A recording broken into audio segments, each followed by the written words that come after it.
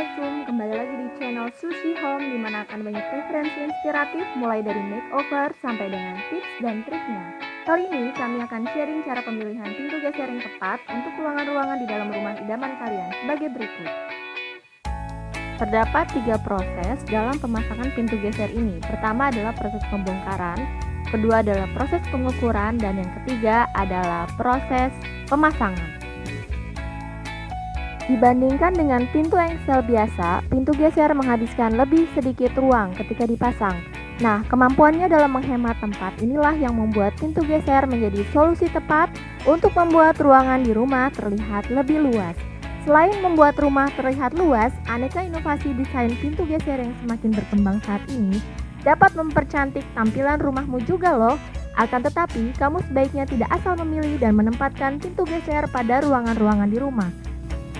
Selain harus menyesuaikan desain pintu geser dengan konsep gaya rumahmu, variasi pintu geser juga punya fungsinya masing-masing.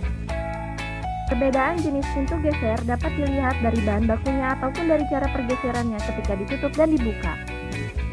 Nah, untuk menambah referensimu, saya akan berikan beberapa inspirasi pintu geser yang bisa membuat rumah kamu terlihat semakin luas. Simak baik-baik ya. Pertama, pintu geser bening. Pintu geser jenis ini biasanya dipakai sebagai partisi di dalam rumah. Karena sifat kaca bening yang tembus pandang, pintu geser ini biasanya digunakan sebagai partisi ruangan. Misalnya saja, kamu dapat menempatkan pintu ini di perbatasan antara ruang keluarga dengan ruang makan. Kedua, pintu sliding aluminium.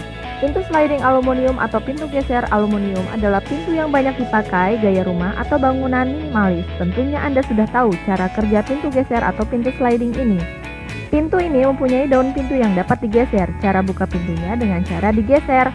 Membahas mengenai ukuran pintu geser aluminium 1 daun, untuk lebar daun pintu kami rekomendasikan di antara 700 sampai 2000 mm atau 70 sampai 200 cm. Dan untuk tinggi pintu direkomendasikan 1900 mm sampai 3200 mm. Pintu geser minimalis banyak digunakan sebagai pintu penghubung antar ruang atau pintu untuk akses dari ruang dalam menuju taman. Pintu sliding dapat dibuat dalam beberapa jumlah daun, mulai dari hanya 1 daun saja, 2 daun, 3 daun, 4 daun, atau lebih, dengan arah bukaan yang dapat disesuaikan.